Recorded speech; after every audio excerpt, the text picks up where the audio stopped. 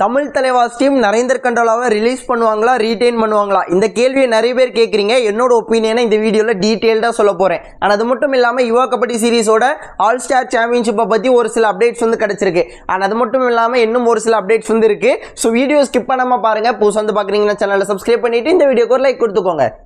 And ஃபர்ஸ்ட்டாக யுவா கபடி சீரிஸை பற்றி பார்த்துடலாம். So யுவா kabaddi சீரிஸோட all star championship வந்து பார்த்தீங்கன்னா உத்தரகாண்டில் வச்சு நடக்குது. மார்ச் 6ஆம் தேதி ஸ்டார்ட் ஆகுது. மேட்சஸ் எல்லாத்தையுமே நீங்கள் ஃப்ரீயாக ஃபேன் கோடில் பார்க்கலாம். அண்ட் எந்தெந்த டீம்ஸ் பார்ட்டிசிபேட் பண்ணியிருக்காங்க எல்லாத்துக்குமே நேற்று ஒரு வீடியோ டீட்டெயில்டாக போட்டிருக்கேன். மறக்காமல் போய் செக் பண்ணி பார்த்துக்கோங்க.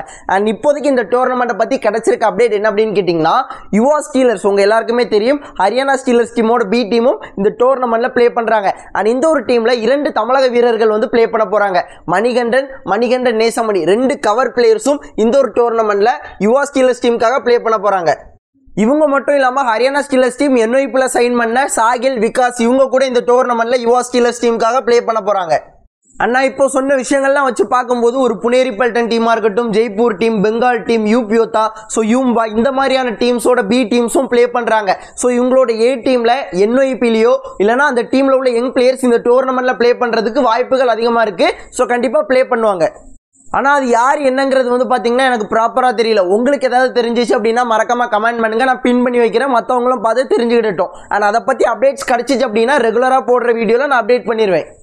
அண்ட் இந்த ஒரு டோர்னமெண்ட் வந்து பார்த்தீங்கன்னா பழனி டஸ்கர்ஸ் டீமுக்கு ஒரு பிரமாதமான ஆப்பர்ச்சுனிட்டி அப்படின்னு சொல்லலாம். ஏன்னா PK லெவலில் ப்ளே பண்ணுற பிளேயர்ஸும் இந்த டோர்னமெண்ட்டில் ப்ளே பண்ண போகிறாங்க.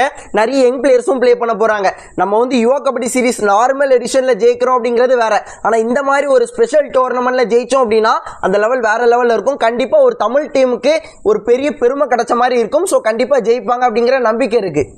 ஆனால் அடுத்ததாக ஏஷியன் கேம்ஸ் உமன்ஸ்க்கானது வந்து பார்த்தீங்கன்னா மார்ச் 4ஆம் தேதியிலேருந்து 9ஆம் தேதி வரைக்கும் ஈரானில் வச்சு நடக்க போகுது. ஸோ இந்த ஒரு டோர்னமெண்ட்டில் இந்தியன் டீமோட ஜெர்சியோட ஃபர்ஸ்ட் லுக்கை வந்து பார்த்தீங்கன்னா அனௌன்ஸ் பண்ணியிருக்காங்க. டிஸ்பிளேல ஷோ பண்ணுறேன், பார்த்து தெரிஞ்சுக்கோங்க.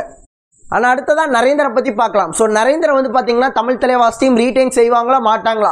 ஸோ என்னோட ஒப்பீனியன் படி வந்து பார்த்தீங்கன்னா ஒரு தமிழ் தலைவாஸ் ரசிகனாக பார்க்கும்போது கண்டிப்பாக ரீடைன் பண்ணணும். ஒரு கபடி ரசிகனாக பார்க்கும்போது ஒரு விஷயம் தான், அவரை ரீடைன் பண்ணுறீங்க அப்படின்னா ஒரு செகண்டரி ரைடராவோ தேர்டரி ரைடராவோ ரீடைன் பண்ணீங்க அப்படின்னா ஓகே. பிரைமரி ரைடராக ரீடைன் பண்ணுறீங்க அப்படின்னா அதுக்கு நீங்கள் அவரை ரிலீஸே பண்ணிடலாம். ஏன்னா கடைசி 2-3 சீசன் வந்து பார்த்தீங்கன்னா அவரோட ஃபார்ம் வந்து பார்த்தீங்கன்னா பயங்கர டிப்பாக இருக்குது. ஓகேங்களா? ஆனால் அது மட்டும் இல்லாமல் சீனியர் நேஷனல் கேம்ஸில் சண்டிகர் ஸ்குவாடை விட்டு வெளியே எடுத்துட்டாங்க. திரிபுரா டீமுக்காக ப்ளே பண்ணார். பெருசா பர்ஃபார்மன்சஸ் கொடுக்க முடியல.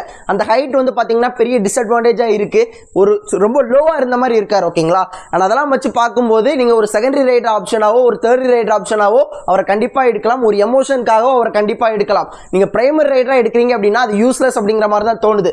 கண்டிப்பா பிரைமரி ரைடருக்கு நீங்க வேற ஆப்ஷன்ல தான் பார்க்கணும். நீங்க நரேந்தர் கண்டோலாவோ ஒரு செகண்டரி ரைடராவோ தேர்டரி ரைடராவோ கண்டிப்பா டீம்ல எடுத்து வச்சுக்கிடலாம்.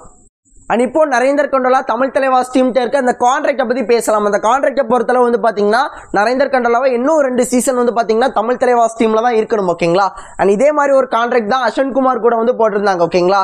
அண்ட் அவரோட பர்சனல் ரீசன்ஸ்னாலேயோ இல்லை PKL சீசன் 10ல் ஒழுங்காக பர்ஃபார்மன்ஸஸ் கொடுக்க வைக்க முடியாததுனாலேயோ அவரை வந்து பார்த்தீங்கன்னா வெளியே எடுத்துட்டாங்க. கான்ட்ராக்டில் என்ன வேணாலும் இருக்கலாம். நீங்கள் வந்து இந்த மாதிரி பர்ஃபார்மன்ஸஸ் கொடுக்கணும், இல்லை அப்படின்னா உங்களை அந்த சீசன்லேயே வெளியே எடுத்துருவோம் அப்படிங்கிற மாதிரி கூட கான்ட்ராக்டில் இருக்கலாம். என்ன வேணாலும் இருக்கலாம். ஓகேங்களா? சோ நீங்க வெறும் கான்ட்ராக்டை வச்சு மட்டும் அவரை அடுத்தடுத்த வாட்டி ரீடைன் பண்ணுவாங்க அப்படிங்கிற மாதிரி சொல்ல முடியாது. ஓகேங்களா? சோ அதுதான் சொல்றேன். ஒரு செகண்டரி ரைடராவோ தேர்டரி ரைடராவோ எடுக்கிறீங்க அப்படின்னா ஒரு எமோஷனுக்காக எடுக்கிறீங்கன்னா கூட கண்டிப்பா நரேந்தர் கண்டோலாவை எடுங்க. ஒரு பிரைமரி ஆப்ஷனா எடுக்கிறீங்க அப்படின்னா கண்டிப்பா வேண்டாம். அண்ணா இப்போ சொன்ன விஷயங்கள் மேல உங்களுக்கும் நிறைய முரண்பாடுகள் இருக்கும். ஸோ உங்களோட ஒப்பீனியன் என்ன அப்படிங்கிறதையும் மறக்காம கமெண்ட்ல சொல்லுங்க. அண்ட் இதே போல நல்ல வீடியோல நாளைக்கு பார்க்குறேன். அது வரைக்கும் Tata, bye bye, see you நண்பா.